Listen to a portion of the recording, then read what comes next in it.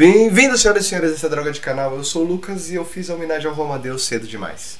Hoje nós aprendemos a não subestimar os livros desconhecidos. Falamos sobre Dark Colony.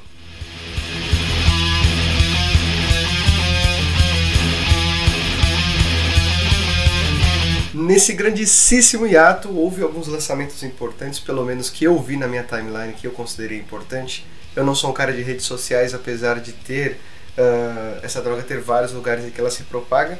Mas enfim, vamos lá aos lançamentos que eu estou um pouco desatualizado. Exatamente 2 meses de atraso, sem nenhum vídeo nesta droga, hein? O primeiro livro é o São Paulo by Night, do Ismael Alves. O cara, ele também já fez um suplemento de Wraith da mesma cidade. Então dá uma olhada lá no Storytellers Vault para você se ligar no material do cara. Muito bom. O Christian Rissoli, ele já esteve por aqui falando sobre a Era Clássica, a Vampiro Era Clássica, um cenário em que se passa exatamente na Roma Antiga. Ele dessa vez lançou o Bloodlines Companion e ele já falou que ele está pretendendo lançar outro, está com outras ideias.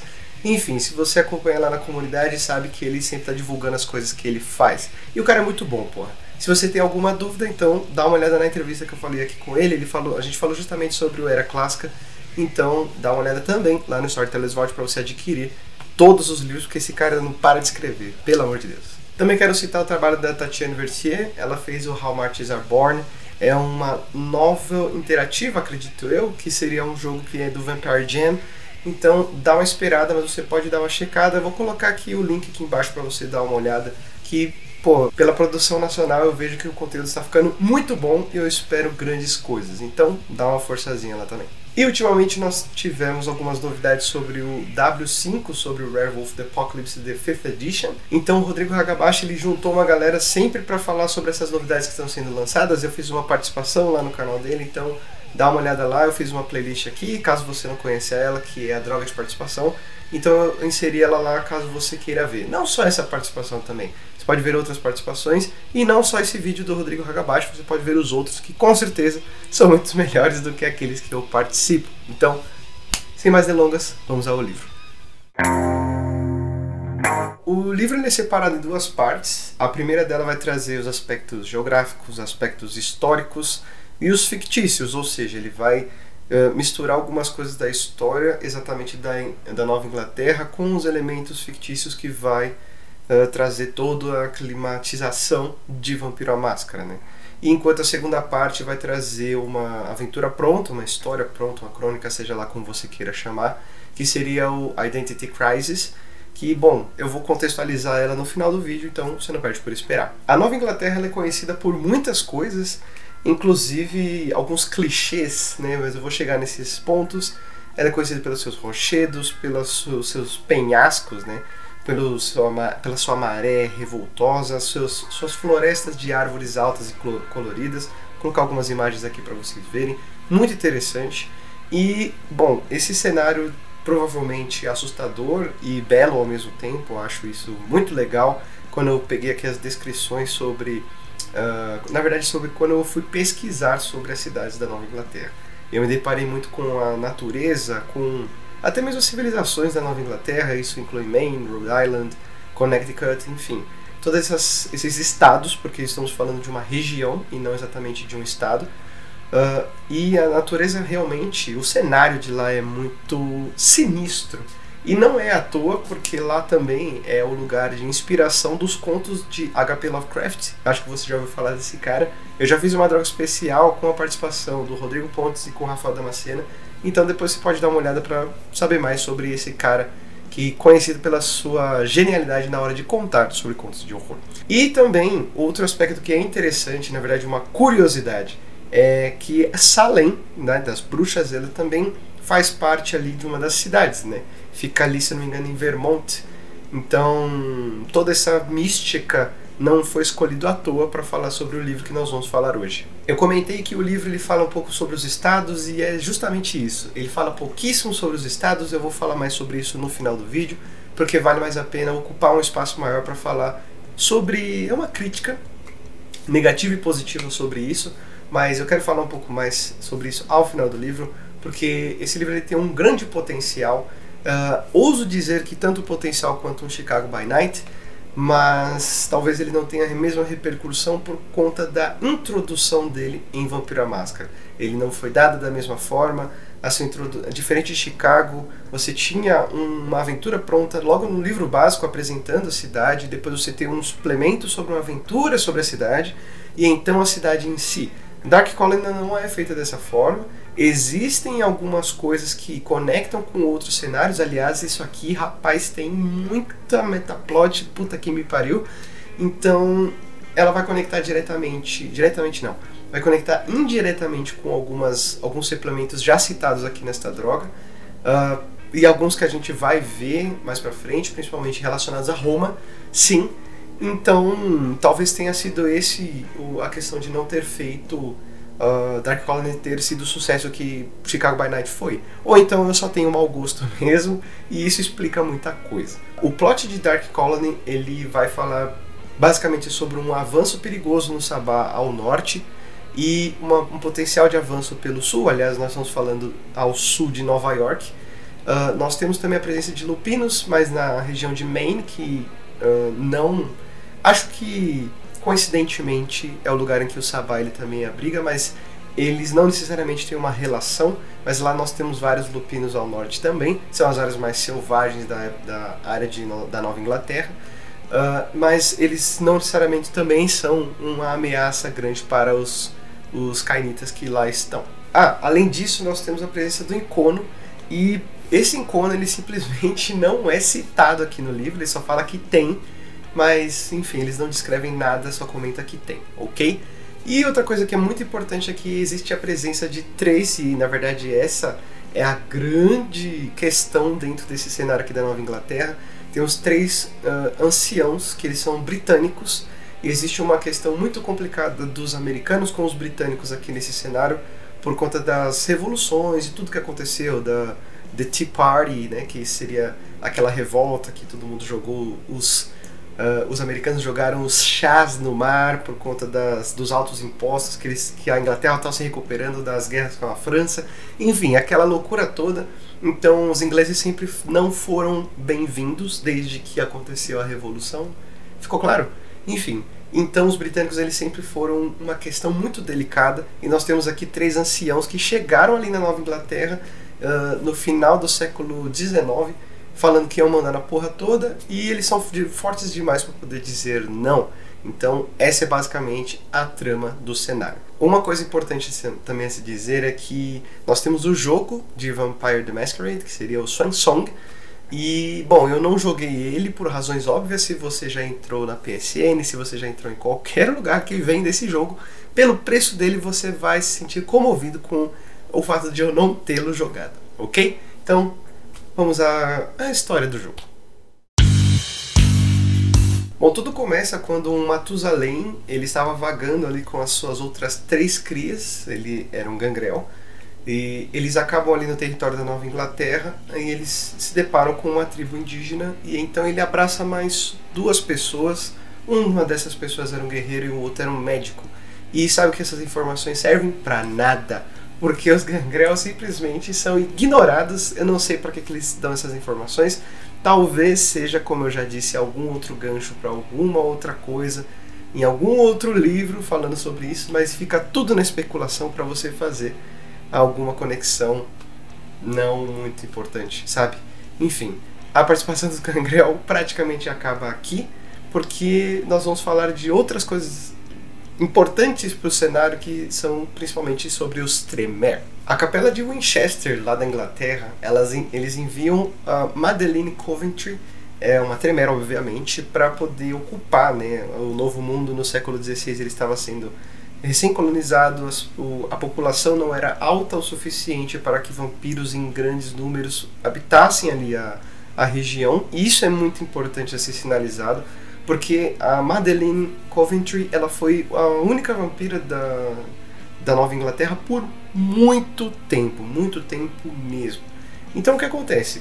Essa mina ela começou a expandir suas influências enquanto ela podia, só que se você já assistiu ou já leu a World of Darkness, o vídeo que eu fiz, ou se você já leu o livro, você sabe que lá na Inglaterra nós temos uma questão muito sensível do relacionamento entre os Ventrue e os Tremere. Então é claro que os Ventrue não poderiam deixar os Tremere ter uma influência no Novo Mundo, e eles não. Então eles enviam alguns Ventrue no Novo Mundo quando a população ela começa a dar uma inflada, e esses Ventrue começam a trabalhar para poder derrubar as influências dessa Coventry, essa Tremere. Então o que ela faz? Ela não tem opção a não ser recorrer às influências que ela já tinha ali na Terra. O que acontece é que antes de entrar qualquer outro vampiro, antes dela fazer as suas crias, ela começou a ter contato com alguns feiticeiros que apareciam de outras nações europeias. Então, aqui eu não lembro exatamente se elas falam sobre nativos, eu acho que não, mas falam sobre esses feiticeiros. Eu falo feiticeiros não exatamente Tremere, mas pessoas que lidam com magia. Aqui eles não usam termo quase algum sobre Mago Ascensão, na verdade eles usam apenas um termo que vocês vão ver na aventura pronta. Então, aguardem. O que eu quero dizer é que, em troca de aliança com esses feiticeiros, magos, bruxos, chame como quiser, ela transformou eles em carniçais, né, deu o sangue dela para eles, enquanto eles começaram a ensinar algumas coisas sobre algumas magias que eles traziam do Velho Mundo. No final das contas, ela acaba abraçando 6 deles, e eles ensinam ela sobre o Ur-Codex, que seria enfim, algum tipo de livro místico sobre sei lá o que. Se vocês souberem sobre o que é o Ur-Codex, então por favor deixem aí nos comentários, ou me indica alguma coisa para eu estudar, porque pô, esse aqui eu realmente fiquei interessado. E assim eles ficam lutando durante todo o século XVI até o século XVII, e é quando começam também isso tudo ele vai mesclar com história, tá, gente? O Regresso também ele vai contar uma história, uma parte muito boa dos Estados Unidos, que vai englobar essa parte, que é quando os canadenses eles descem ali nas margens, nas fronteiras entre os dois países para poder fazer o comércio de peles, tanto com os indígenas quanto com os colonos. Mas enfim, é nesse momento em que os Brujah, eles correndo, na verdade com a grande expansão territorial do Sabá, e isso assim o livro explica como que se deu toda essa briga pelas terras nativas, né? É que o Sabá ele entrou naquelas terras e os indígenas começaram a reagir, enfim. E isso são representados pelo Sabá expandindo seus territórios. Então, com essa expansão, grande parte desses Sabás eram Brujah antitribo. Esses Brujah antitribo começaram a descer ali as terras, e os conflitos dos Tremere e dos Ventrue tiveram que dar um 10, porque tinha coisa mais importante acontecendo. Mas não pensem vocês que todos os Brujah que estavam ali ali nas terras do Canadá, eles eram todos pertencentes ao Sabá. Aliás, muitos, mas muitos mesmo vieram fugidos de lá, e a Coventry, a Tremere, ela aproveitou essa situação para poder ajudar eles a conseguir algum espaço, enquanto eles também guerreavam por conta das políticas contra os Ventrue. O que ela não esperava é que dentre esses Brujah que vieram fugidos tinha espiões do Sabá.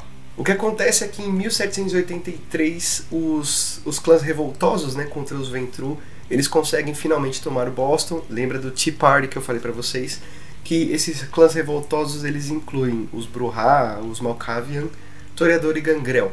Eles conseguem tirar o poder dos Ventrue, eles conseguem estabelecer ali um poder, e é claro que a Coventry ela fica ali na liderança da cidade. Essa expansão do Sabá, que vinha do norte, vinha de Maine, ela era regida por um cara, deixa eu dar uma colada aqui o nome dele, que eles eram chamados, né, auto-intitulados de Filhos de Sprenger, vou traduzir dessa forma, seria o Sprenger Brood, e esse cara era o líder, né, e esse cara do Sabá estava descendo ali as terras, e isso virou uma grande preocupação para a Coventry também. Então ela ficou preocupada com algumas coisas, o que talvez tenha balançado um pouco a sua regência.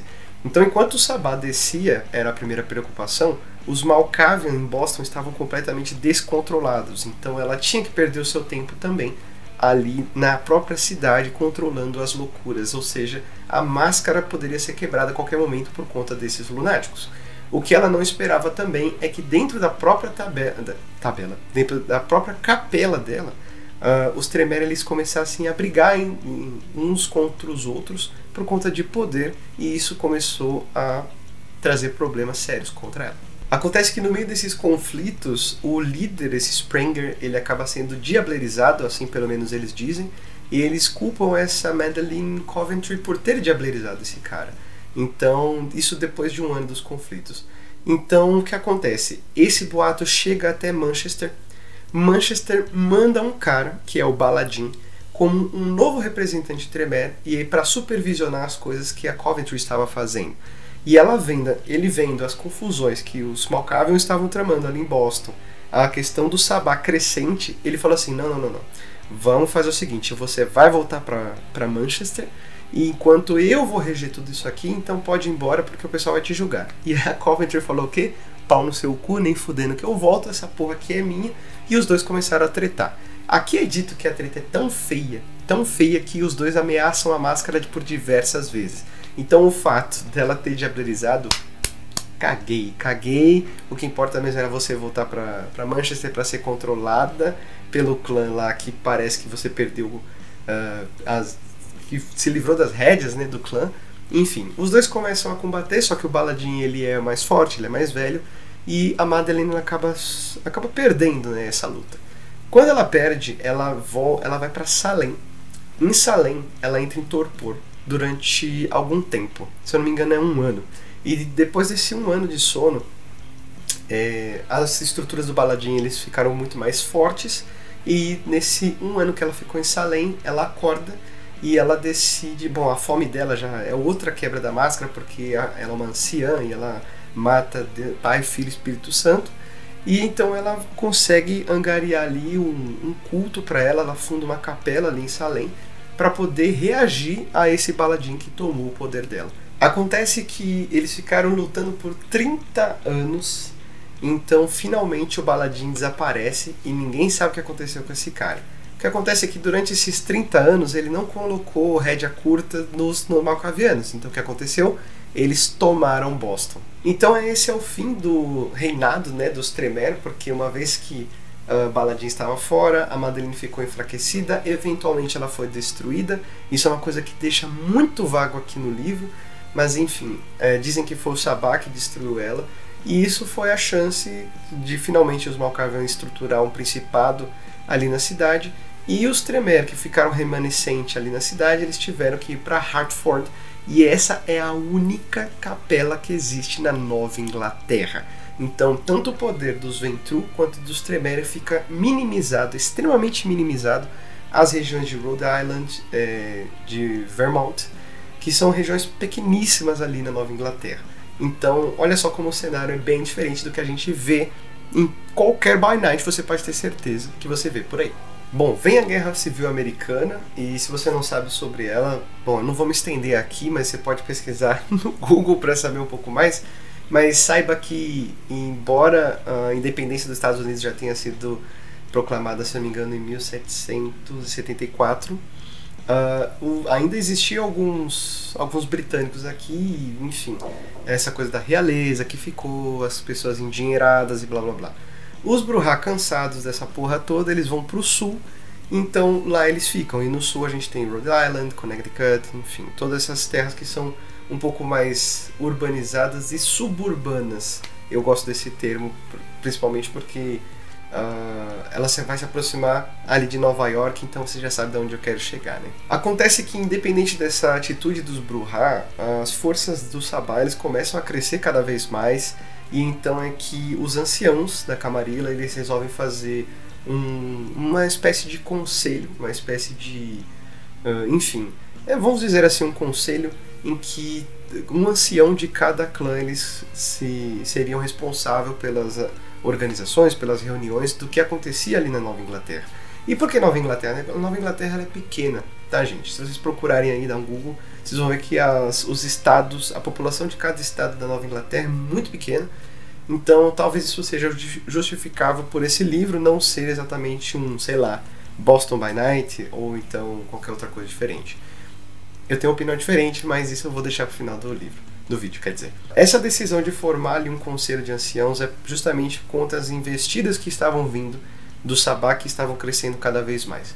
O que eles não esperavam é que em 1895 chegava 3 anciãos britânicos que iam mudar tudo. Esses 3 anciãos eram um Malkavian, um Nosferatu e um Brujah.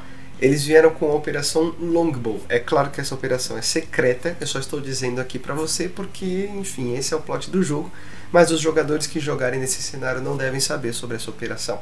ela simplesmente é baseada em tomar o controle. Isso é interessante, porque esses 3 anciãos, eles não são da Camarilla. Apesar deles respeitarem as tradições, eles não são da Camarilla. E eles começam a mandar na porra toda, e eu vou explicar como isso aconteceu.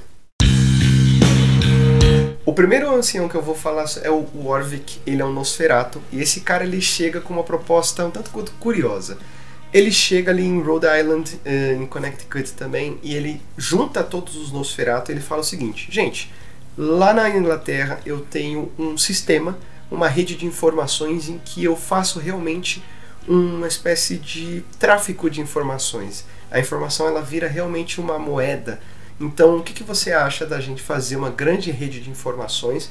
Ele explicou para eles como que funcionava todas essas divisões. Os Nosferatu ganharam, né? Falou, pô, eu gostei dessa ideia, então beleza, a gente se junta. Claro que nem todos quiseram se juntar, mas aqueles que não quiseram se juntar não foram perseguidos. Vocês já sabem como os Nosferatu são.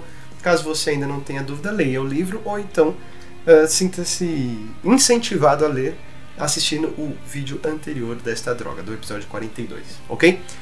E esse é o Warwick. Assim, ele estabeleceu a continuação de um projeto chamado A Teia. Essa teia ela tem os seus cargos, tem as suas influências, tem as suas funções. E, teoricamente, essa teia ela é espalhada por toda a Nova Inglaterra, mas ela é mais forte em Connecticut, em Rhode Island e em Vermont, se eu não me engano.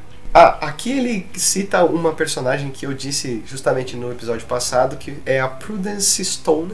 Eu disse um pouco sobre a história dela, eu pensei que ela ia ter uma participação muito maior e muito mais relevante aqui nesta droga, mas não vai acontecer, ela simplesmente é citada. Por quê?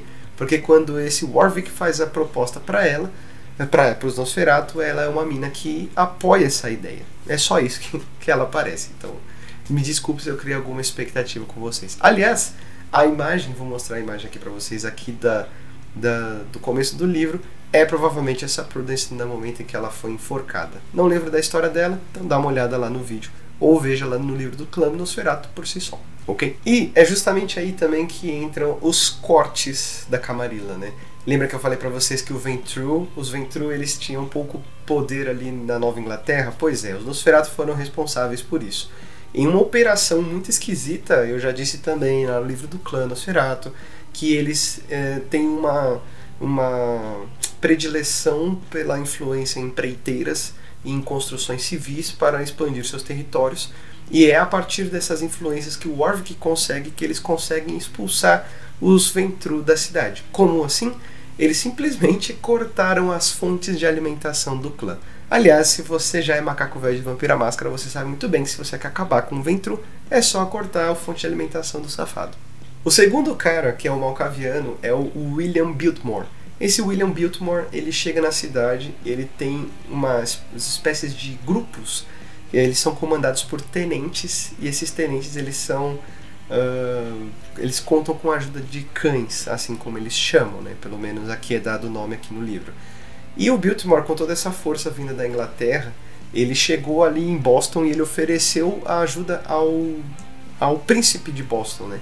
Falou assim, você tá com problema com o Sabá? Então é o seguinte, eu tenho um monte de ajuda aqui, mas enquanto eu te ajudo, você deve lealdade a mim. Mas é o seguinte, não precisa divulgar que eu estou por aqui. Finge que você tá no Principado, mas quem manda aqui nessa porra sou eu, beleza? O príncipe não tinha outra opção a não ser aceitar, e assim Biltmore começa a mandar realmente em Boston.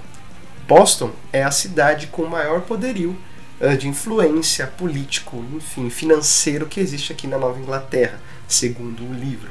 Então é um ponto muito importante a ser considerado.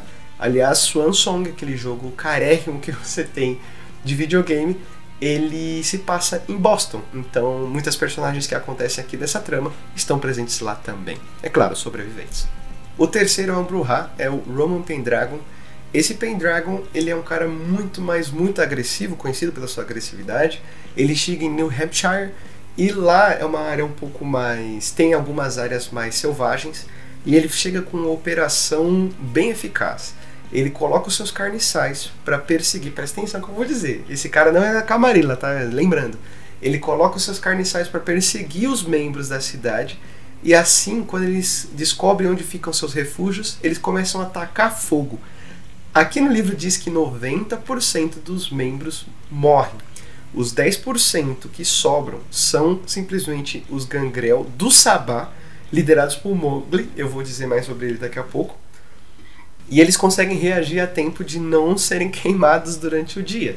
Então isso foi uma grande vantagem para o Sabá. Aliás, toda a concorrência acaba sendo destruída, só sobrando o Pendragon.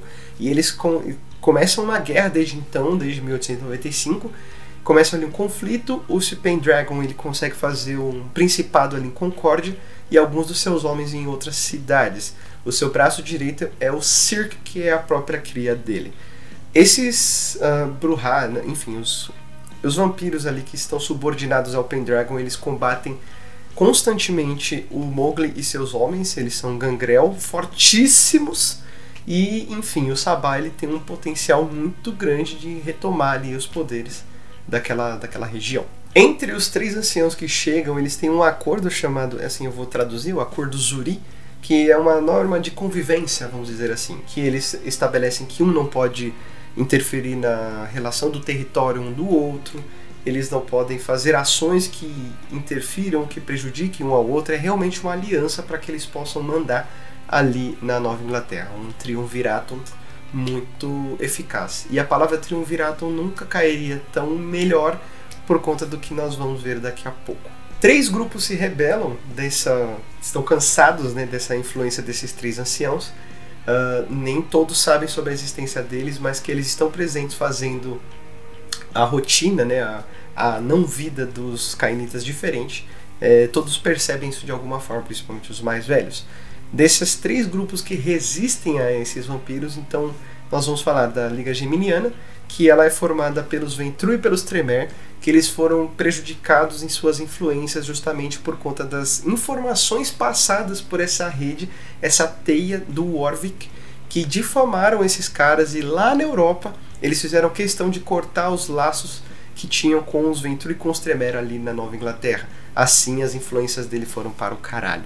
Então eles formam ali a Liga Geminiana, são formados de poucas pessoas, poucos membros, e eles não são levados a sério porque, enfim, nem os Ventrue nem os Tremere têm poder o suficiente para serem levadas a sério ali na Nova Inglaterra. Então fica essa briga em que eles tentam convencer os outros membros que essa teia do Warwick, essa rede do Warwick, ela não é confiável e que eles querem destruir elas definitivamente. Outro grupo, ele é o grupo mais numeroso, são os membros da Liberdade, The Kindred of Liberty, assim eu traduzi, os membros da Liberdade. Eles realmente têm um corpo mais formado, eles são mais estruturados, porém são mais bagunçados por conta da quantidade de pessoas que existe dentro desse grupo. Eles têm o mesmo objetivo que parecido, na verdade, que da Liga Geminiana, mas voltado a outro ancião, que seria o Biltmore, principalmente. Eles são, como eu disse, eles são muito numerosos, eles estão começando a fazer os seus ataques, e o mais legal de tudo isso é que o Biltmore nem sabe que esses caras existem, nenhum dos 3 sabe, na verdade. Eles apenas desconfiam, tanto que um dos membros desses membros da Liberdade, temos espiões, principalmente do Warwick, inseridos ali entre a liderança. Mas dentre os fundadores e os líderes, eu gostaria de falar sobre os destaques, né? Nós temos o Batista de Caminori, que seria o Gangrel fundador dos membros da Liberdade. Nós temos a F. Feng, que é uma Gaki disfarçada de Malkaviana. Acontece que os pesadelos lá dela, se você já assistiu meu vídeo sobre a World of Darkness ou já leu o livro, sabe que os Gaki eles têm pesadelos constantes. Então os vampiros ocidentais eles não conseguem diferenciar a F. Feng de um Malkaviano comum. Então assim ela fica escondida aqui. Ela só procura vingança, tá, gente? Então fica tranquila, só não mexer com ela. Aí nós temos a Jara Jory, que é justamente aquela Nosferatu que é espiã da teia do Warwick. E nós temos por último a Elsa Linden, que é um dos membros mais poderosos que existe aqui do Membros da Liberdade, e ela é cria da Annabelle Triabel. Já ouviu falar dessa mina? Alô, Chicago? Não? Então dá uma olhada no livro ou no vídeo que eu falei sobre ela. O último grupo de resistência é a Maré Carmesim. Esse grupo é do Sabá e ele é liderado, eles lutam contra o Pendragon, ajudando ali a ordem do Mowgli, né? Os Gangrel ali que são do grupo do Mowgli. E esses caras eles são liderados por um Brujah tribo. Esse cara também tem um histórico muito bom. Enfim, eu vou falar dele mais pra frente. O nome dele é Jeremy Skelton. Ele tem uma história muito boa. Não vou falar sobre ele mais tarde não. E enfim, ele tá na América já faz um tempo, desde aquelas invasões canadenses. Então, na verdade ele foi abraçado aqui, ele é um nativo americano. E, pô, ele é uma grande força, na verdade é o grupo de resistência dos 3 oceanos que mais tem potencial de ter êxito. E, infelizmente, para a Camarilla, eles estão conseguindo ir muito bem e contra as forças desses anciãos. Principalmente, quer dizer, por enquanto do Pendragon, né? E nós caímos aqui no clichê, eu falei sobre esse Mowgli. Esse Mowgli é um gangrel antitribo, ele tem o seu grupo de gangrel e eles dizem que, olha só que surpresa, que eles possuem pacto com os lupinos. Gente, gangrel sempre sendo extremamente desvalorizado. Porque assim, eu não tô falando, mas combater os lupinos é muito importante. Mas, gente, é sempre a mesma proposta. Eu tô cansado dessa proposta. A proposta do Beckett, acredito que seja a melhor proposta de gangrel que eu já vi antes, que é o estilo investigador. Eu gosto muito dessa proposta de gangrel. E aquela do contato com o lupino, gente, pelo amor de Deus, vamos esquecer isso aí, velho. Isso aí já... A proposta pode até ser boa, mas ela tá tão saturada que já me enche o saco e eu não consigo mais ver isso na minha frente. E eu sei que eu vou ver muito mais disso na minha frente.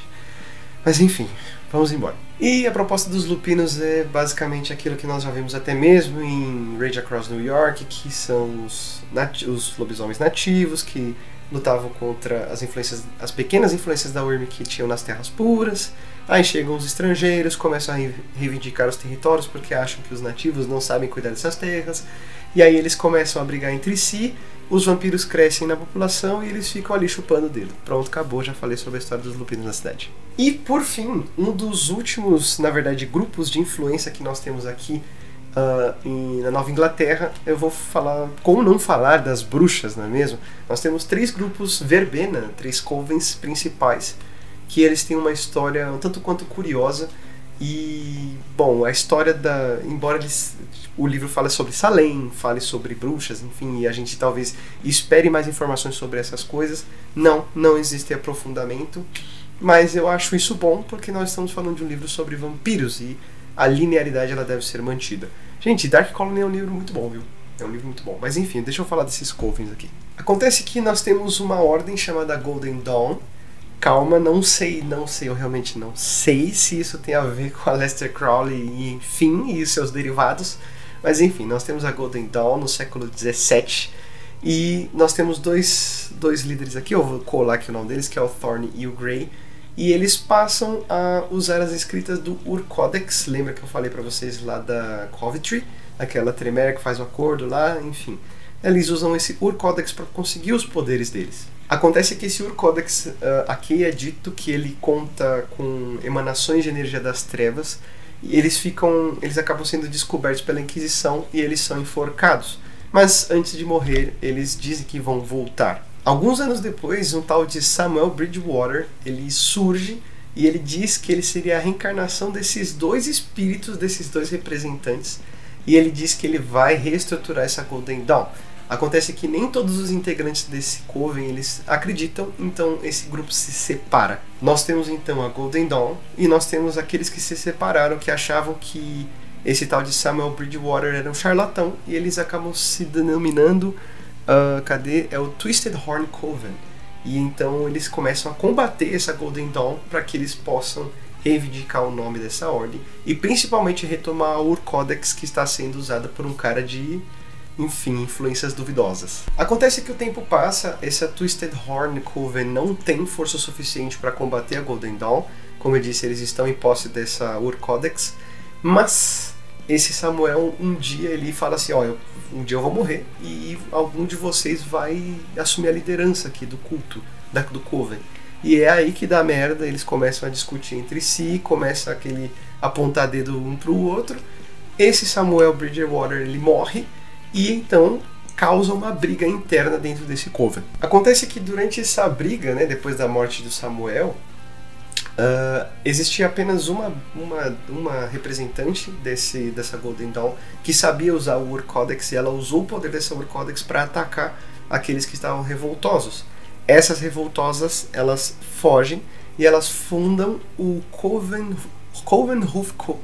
Meu Deus, vamos lá. É o Clovenhoof Coven. Consegui. E esse Clovenhoof Coven, eles querem justamente recuperar o Ur-Codex da mão dessa mina, dessa bruxa que está usando essas energias malignas, porque elas acreditam que o espírito dos 2 primeiros representantes da Golden Dawn estão aprisionados no Ur-Codex e elas devem recuperar esse artefato para poder usá-lo de forma correta. Então olha só que esquisito e que inusitado. Eu realmente não sei nada sobre esses grupos, eu realmente fiz uma pesquisa, não achei porra nenhuma. Se você sabe alguma coisa de fontes confiáveis, então pode mandar, deixa aqui nos comentários que eu vou ler com certeza. Fiquei curioso, caso tenha alguma coisa. Se for alguma coisa inventada pelos próprios autores aqui deste livro, paciência, né? Uma última informação antes de acabarmos com esse bloco é que os estudiosos Tremere, eles dizem na verdade que não tem nenhum feiticeiro, nenhum mago bonzinho ali, eram todos Nefandi, e é isso aí. A briga toda é ligada ao poder da magia negra. Então olha só que interessante, que informação importante que nós vamos ter para a aventura pronta que vamos ver, que eu vou apresentar daqui a pouco, ok? Então, primeiro nós vamos falar de uma coisa um tanto quanto inusitada, porque atrás desses 3 anciãos ali que estão manipulando as coisas ali na Nova Inglaterra, é lógico que tem outros envolvidos. Nós vamos voltar para Roma, e é por isso que eu disse que aquela coisa toda de Triumviratum ela seria importante para vocês ligarem uma informação à outra. Enfim, lá em Roma nós temos um Nosferatu muito importante que é o Trajan. O Trajan, ele tinha suas influências ali no Império Romano. Acontece que todos os seus planos eles foram frustrados por conta de um Nosferatu. Na época ele não era conhecido pelo nome que eu vou dizer agora, mas ele era conhecido como Antoine Le Fanu, ou alguma coisa do tipo. Esse cara, ele tinha outro nome na época, ele frustrou ali as influências, os planos ali desse Trajan, desse Nosferatu, e como ele ficou muito abalado, sentiu, né? Então ele entrou em torpor voluntário. Então vamos esquecer um pouquinho o Trajan e nós vamos falar um pouquinho desse Antoine. Acontece que Antoine, ele era um cara meio que da bagunça mesmo, é um cara que queria ver o circo pegar fogo, e aliás essa é uma das minhas opiniões sobre o clã Malkavian, e uma das poucas coisas que os faz ter uma tintelada assim de personalidade. Enfim, esse Antoine, ele diz que ele é responsável por algumas lideranças importantes, como Calígula dentro do Império Romano, só que o fato dele estar influenciando essas lideranças não impede que o Império caia. Então assim que ele cai, ele vaza dali, e depois de um bom tempo, na época da Idade das Trevas, é que ele vai encontrar uma Brujah, que é a Selene, guarda esse nome, porque nós estamos falando de uma terceira influência aqui. Nós já temos um Nosferatu, nós temos uma Malkaviana e temos uma Brujah, então presta atenção. Acontece que esses dois, né, esse Antoine Le Fanu e essa Selene, eles começam a provocar a igreja, e a igreja começa a responder, então eles têm que fugir de lá, porque será, não é mesmo? E lá, quando eu falo, é justamente naquela central europeia em que a Inquisição está pegando fogo. Depois de um tempo, essa Celina, ela se sente um tanto quanto inferior em relação a Antoine, então ela fala assim, pô, eu preciso fazer coisas para que eu possa me tornar mais forte. Então o que ela faz? Ela diableriza o próprio Senhor, assim ela desce a geração dela, e assim o Antoine fica impossibilitado de usar, acredito eu, dominação. Acredito que esse era o intuito dela desde o começo. O Antoine, é lógico, sabendo ali desse passo que ela tomou, começa a não confiar nela, falando, pô, mas será que ela fez isso para poder se sentir mais segura, ou ela fez isso para ficar mais forte para me matar? Então, dessa forma, nenhum dos dois começam a acreditar muito um no outro, então eles se separam. Importante dizer que esse Lefano, não satisfeito por ter... Parece que é uma coisa que ele sabe fazer bem, né? Não satisfeito a burlar os planos do Trajan, ele começa a burlar também os planos dessa Selene. E, aliás, não é conhecido mais como Selene, ele é conhecido como Dark Selene, guarde este nome. O Trajan, voltando ao Nosferatu, lá no século XII, ou seja, uns 800, 700 e pouquinhos anos depois da queda do Império Romano, quer dizer, do Ocidente, né?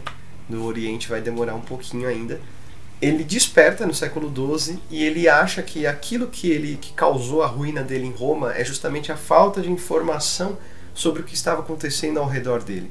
Então ele tem uma epifania e ele fala, cara, eu vou fundar uma rede de informações imbatível em que eu sei de tudo e ninguém vai poder me enganar de qualquer forma. Então assim ele começa os primeiros passos da teia dele. E ele começa pelas Ilhas Britânicas. Roman Pendragon, ele é um herdeiro de terras, um riquinho, um nobre, e ele, junto com as suas expedições, ele vai até a Suíça, e é onde ele é abraçado pela essa Dark Selene. Só que essa Dark Selene, ela mantém ele preso nas suas rédeas, né? Porque ela é muito ciumenta quanto a ele, isso a gente está falando de 1703, e ela mantém ele ali nos seus poderes, ele não podendo fazer outras coisas a não ser ficar ao lado dela. Quando ele decide voltar para casa e ela não deixa, é que o bagulho fica louco e ele fala assim, eu preciso matar essa mulher. Acontece que o príncipe de Zurique, tem mais informações sobre ele lá em A World of Darkness, se você quiser saber. Eu não falei no meu vídeo, vai ter que ver no livro diretamente. Mas enfim, é um Brujah, ele é príncipe de Zurique e é isso. Esse cara, ele é da Suíça. Ah não, acho que eu falei sobre a Suíça. Mas enfim, a Suíça é um lugar extremamente neutro, em que vários vampiros do encono são encontrados lá. Olha só que coincidência com o mundo real, né? O paraíso fiscal. Ou quer dizer, enfim.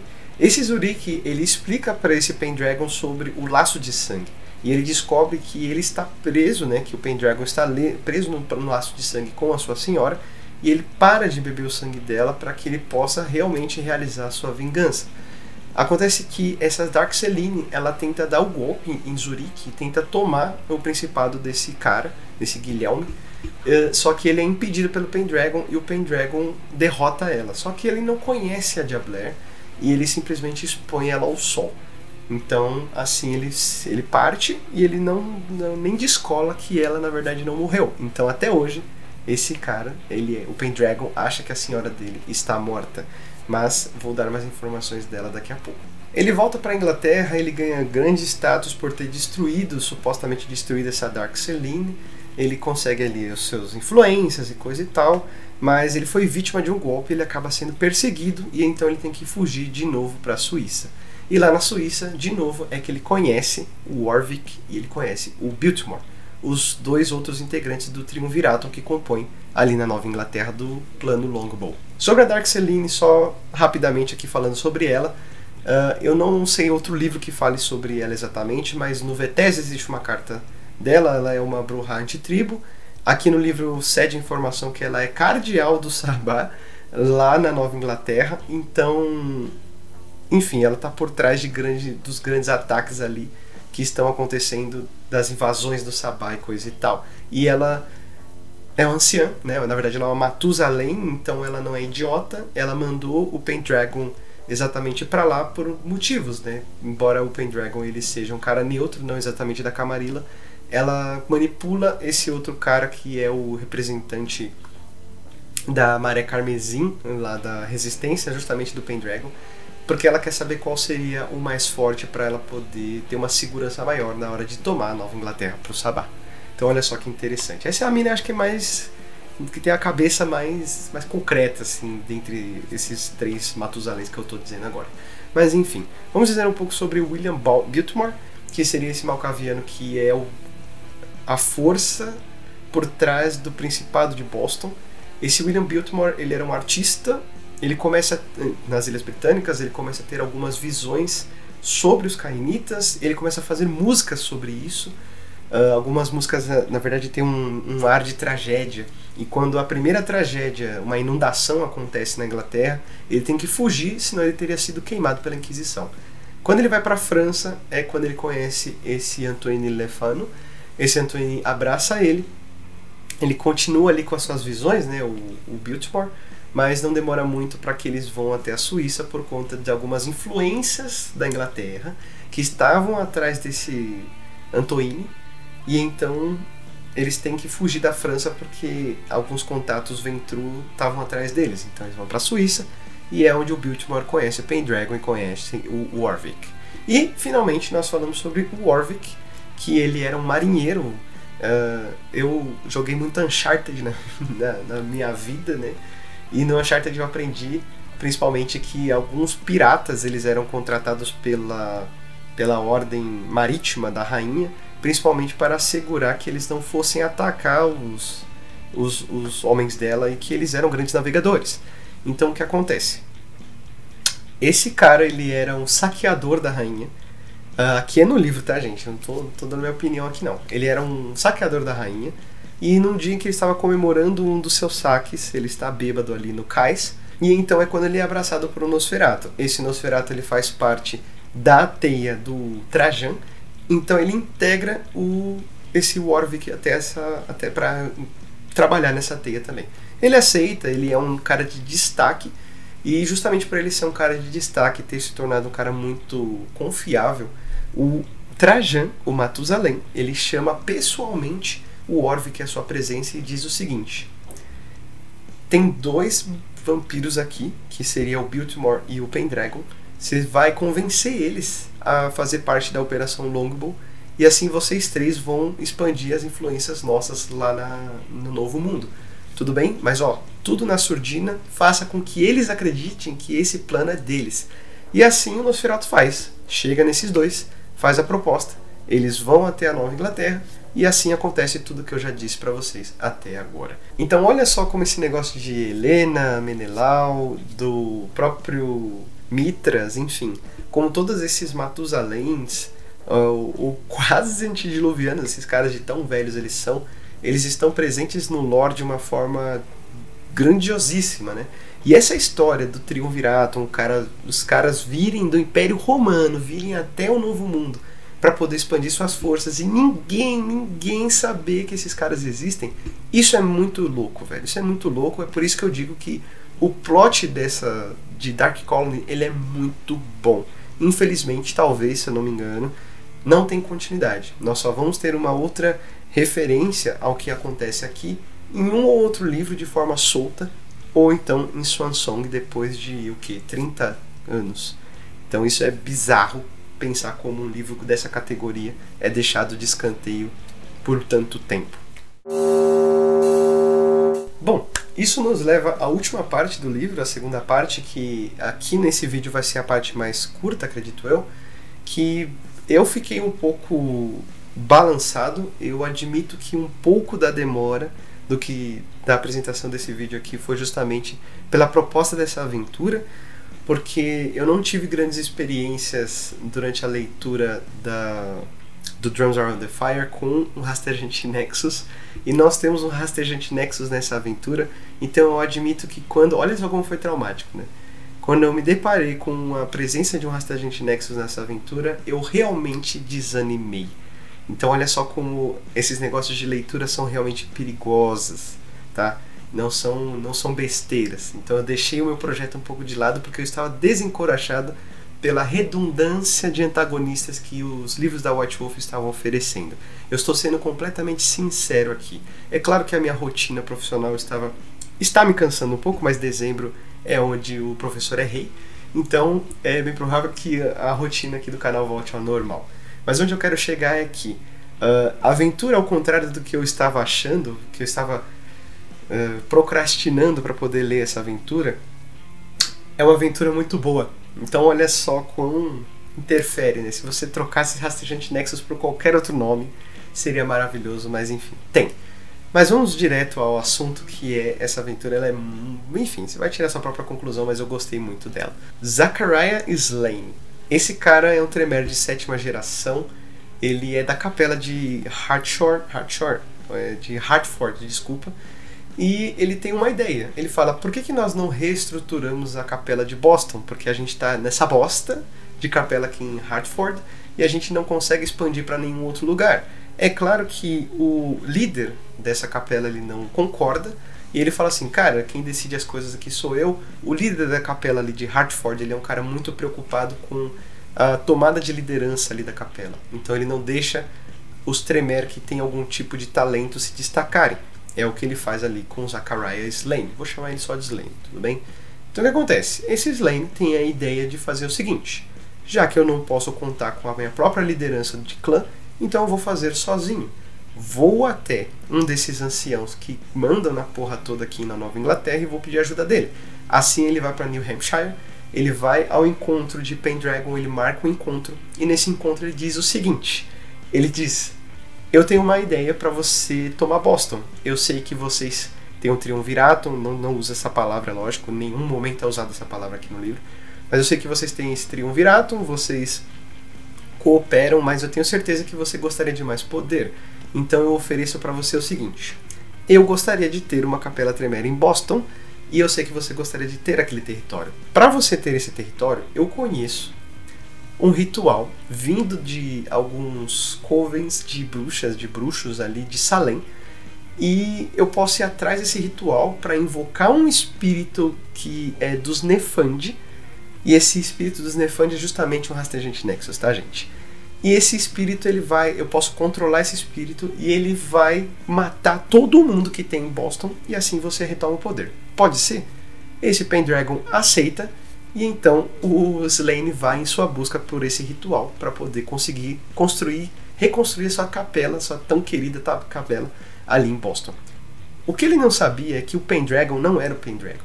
O Cirque, que é a cria do Pendragon, ele usou ofuscação para tomar a forma do próprio senhor e assim conversar com esse Slaine, porque ele sabia que se esse Pendragon ouvisse qualquer oferta que oferecesse o perigo dos seus outros colegas de Triunvirato, ele o mataria na hora. Então ele só queria saber quais seriam os planos de Extremar, e assim ele o faz, e ele coloca os seus homens para espionar o que ele vai fazer.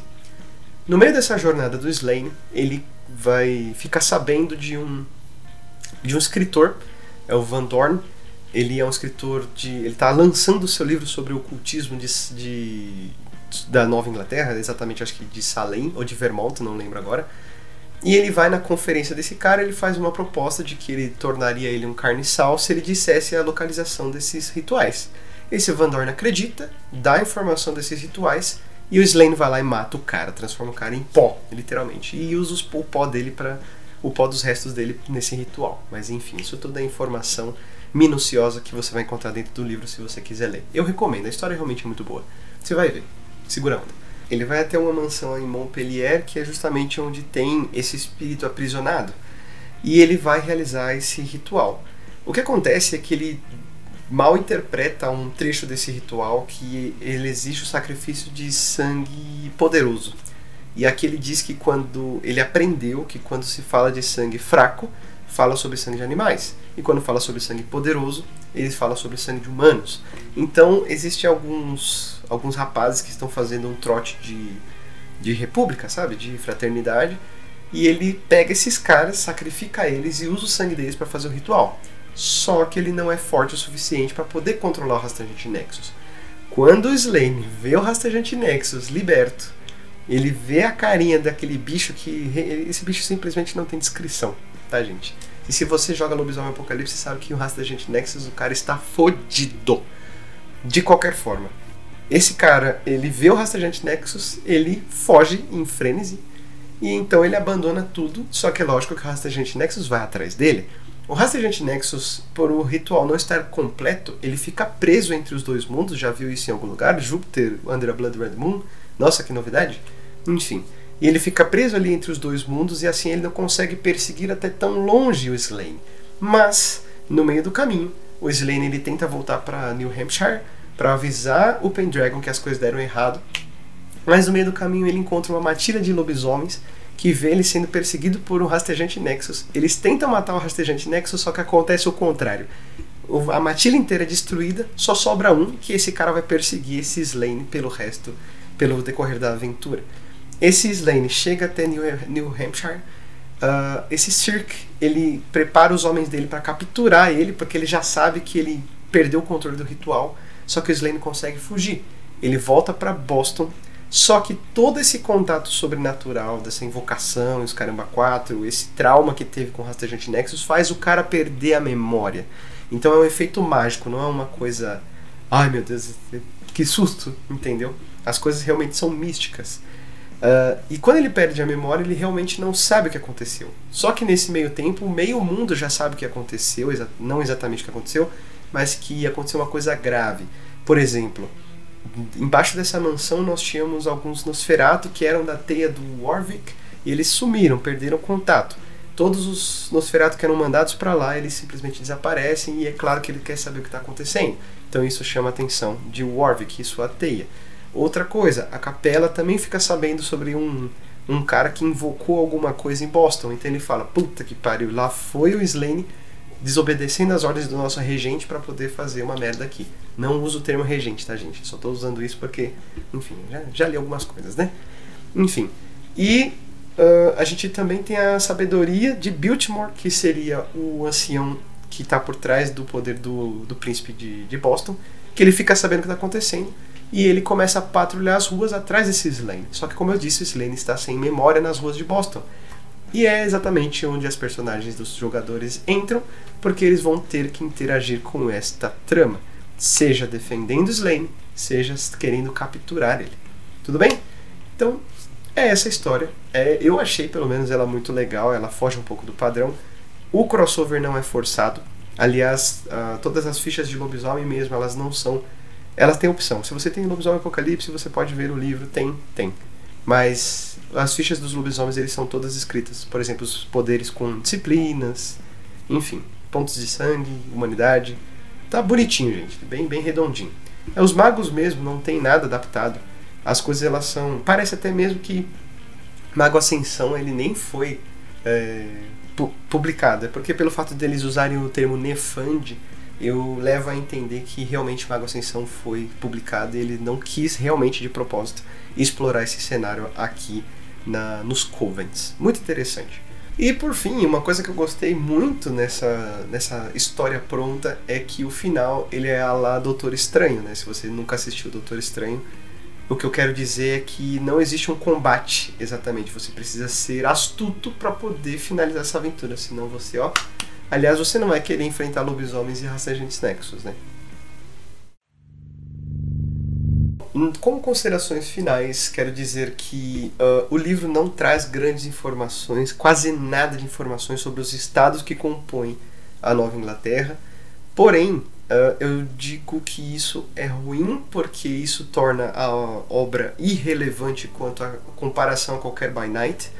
E aí que você vê a riqueza de detalhes que você tem até mesmo em Milwaukee by Night, que você não tem nesse livro.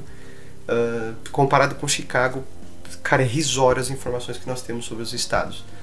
Mas, por um outro lado, isso abre para a criatividade dos jogadores, dos narradores, enfim, que seja. Isso abre uma coisa muito legal, porque nós só temos nas descrições do livro, nós só temos as personagens mais importantes. É claro que eu não disse muitas delas aqui, porque senão esse vídeo ia ficar gigante, mas existem muitas personagens importantíssimas dentro desse plot, e é claro que eles são destacados como os mais importantes. Existem outros vampiros, mas eles não são ditos, diferente do cenário de Chicago, que eles fazem questão de descrever todos os 72 vampiros que habitam aquela bosta de cidade. Então isso é muito bom aqui na Nova Inglaterra, e o ponto negativo realmente são a falta de detalhes sobre a cidade em si. Bom, como recomendações eu tenho duas coisas, na verdade. Nenhuma delas, na verdade, uma delas é livro, é Lovecraft. Leia sobre Lovecraft, ele fala muito sobre o cenário, né, da Nova Inglaterra, mas de uma forma mais sombria.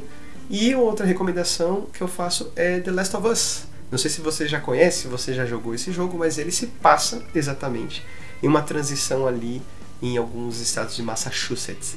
Em alguns estados não, algumas cidades de Massachusetts. Então, é claro que, no jogo tá tudo destruído, mas se serve de inspiração para alguma coisa, porque você passa por alguns monumentos, então eu acho que serve bem como inspiração. Tudo bem? Então, a droga de canal se propaga pela droga de página, droga de Insta, droga de Twitter. Se inscreve aí nessa droga, curte aí se quiser, compartilha suas mesas, redes sociais, onde você bem entender.